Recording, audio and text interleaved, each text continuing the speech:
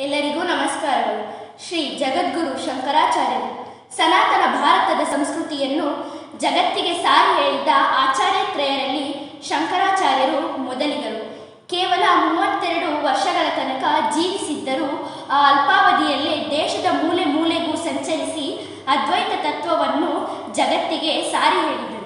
ಹಲವಾರು ಮತಗಳಿಂದ ದಾಳಿಗೊಳಗಾಗುತ್ತಿದ್ದ ಸನಾತನ ಹಿಂದೂ ಧರ್ಮವನ್ನು ಪುನರುತ್ಥಾನಗೊಳಿಸಿದರು.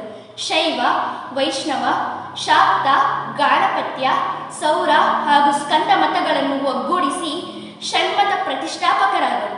ಆದಿಶಂಕರರು ಭಗವದ್ಗೀತೆ, ಉಪನಿಷತ್ ಹಾಗೂ ಬ್ರಹ್ಮಸೂತ್ರಗಳಿಗೆ ಭಾಷ್ಯ ಬರೆದ ಮೊದಲ ಆಚಾರ್ಯರಾದರು.